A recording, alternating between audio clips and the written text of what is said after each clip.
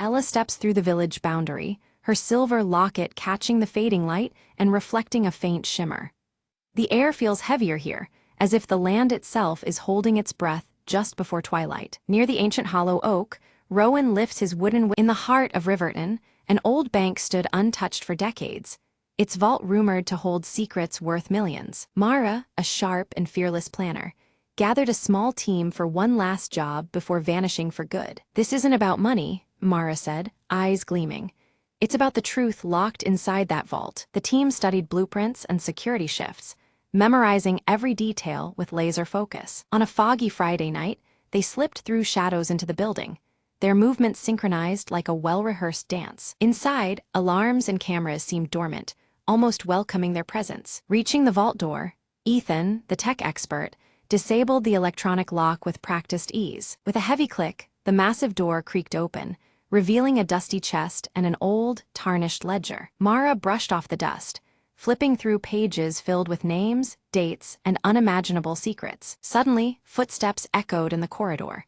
The bank manager was making his nightly rounds early. "Time to go," Mara whispered, slipping the ledger into a satchel. They retraced their steps, heartbeats pounding, until fresh air greeted them outside. Under the streetlights, they spread out the ledger's contents, revealing records of corruption hidden for years. "This will bring down the corrupt," Mara smiled.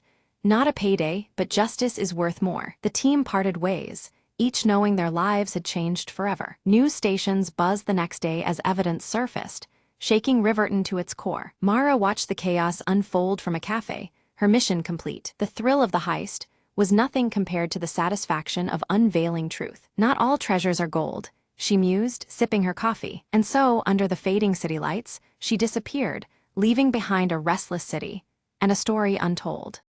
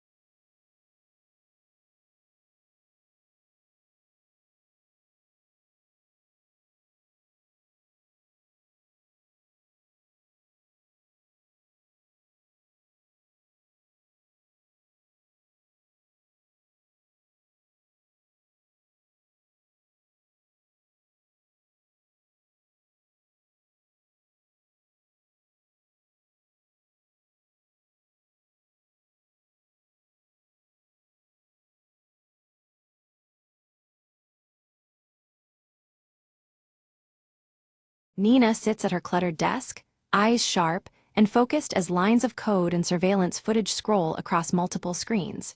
Her short black hair frames her determined face, illuminated only by the glow of the monitors.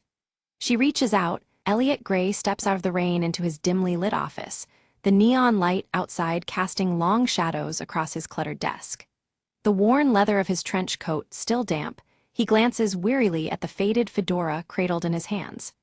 The city's relentless drizzle seeps through the cracks of the shuttered window, and the flickering neon sign hums an eerie lullaby. A sharp knock at the door cuts through the silence as Maeve Sinclair enters, her crimson hair soaked by the storm, droplets falling to the floor.